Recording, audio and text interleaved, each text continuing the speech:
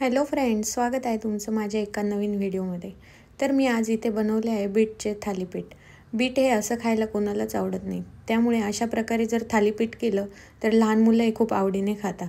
मी इथे बीट किसून घेतलं आहे, त्यामध्ये थोडंसं गाजर पण किसून घेतलं आहे, कांदा, टोमॅटो, कोथिंबीर बारीक चिरून घेतली आहे। त्यानंतर इथे मी गव्हाचे पीठ, बाजरीचे पीठ आणि थोडंसं तांदळाचं पीठ असं घेतलं आहे।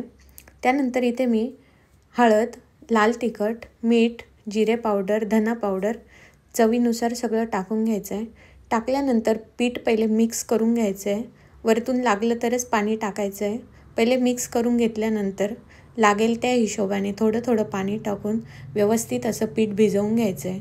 पीठ जास्त पातळही नाही आणि जास्त घट्टही नाही ठेवायचं आहे। आपल्याला हे थालीपीठ कपड्यावर थापायचे, ह्या हिशोबाने पीठ भिजवून घ्यायचं आहे। व्यवस्थित असं पीठ मळून घेतल्यानंतर लगेचच थालीपीठ करायला घ्यायचे। हे पीठ जास्त वेळ ठेवलं तर याला पाणी सुटतं आणि पीठ पातळ होतं, त्यामुळे आपल्याला जेव्हा थालीपीठ बनवायचे त्यावेळेलाच आपण हे पीठ भिजवून घ्यायचं आहे।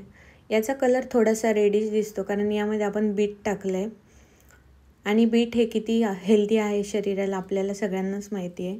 आपण असं बीट कच्चं खात नाही। थालीपीठ बनवलं तर सगळे आवडीने आणि चवीने खाता। आता इथे थालीपीठ थापण्यासाठी मी एक रुमाल घेतला आहे, ओला करून घ्यायचा आहे आणि थोडंसं पाणी टाकायचं आहे। पाणी टाकल्यानंतर पिठाचा एक गोळा घ्यायचा आहे आणि तो त्या कपड्यावरती थापायचा आहे हाताने।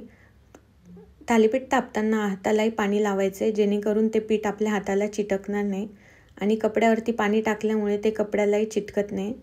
थालीपीठ आपण डायरेक्ट तव्यावरती थापू शकतो, पण ते आपल्याला पाहिजे तसं पातळ नाही होत, त्यामुळे कपड्यावर थापून घ्यायचं आहे। कपड्यावर छान असं पातळ थालीपीठ आपल्याला थापता येतं। नंतर इथे मी तवा गरम करून घेतला आहे, तव्याला तेल लावायचं आहे। तेल लावल्यानंतर जे थालीपीठ केले आपण ते टाकून घ्यायचं आहे। थालीपीठ टाकल्यानंतर गॅस लो फ्लेमवरती करायचा आहे आणि 2 मिनिटासाठी झाकून ठेवायचं आहे। झाकण काढल्यानंतर मस्त असं आपलं थालीपीठ तयार झालं आहे। आता थालीपीठला आपण पलटी मारून घेऊया। बघा तुम्ही, मस्त असं थालीपीठ आपलं रेडी झालं आहे। लो फ्लेमवरती किंवा हाय फ्लेमवरती तुम्ही थालीपीठ भाजू शकता। बघा, मस्त असं थालीपीठ तयार झालं आहे। तुम्हाला आजचा व्हिडिओ कसा वाटला नक्की कमेंट करून सांगा। व्हिडिओ आवडल्यास व्हिडिओला लाईक करा, शेअर करा आणि चॅनलला सबस्क्राईब करा।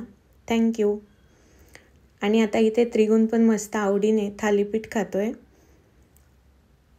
तुम्ही ट्राय करून बघा आणि कशी झाली रेसिपी कमेंटमध्ये नक्की कळवा। थँक्यू।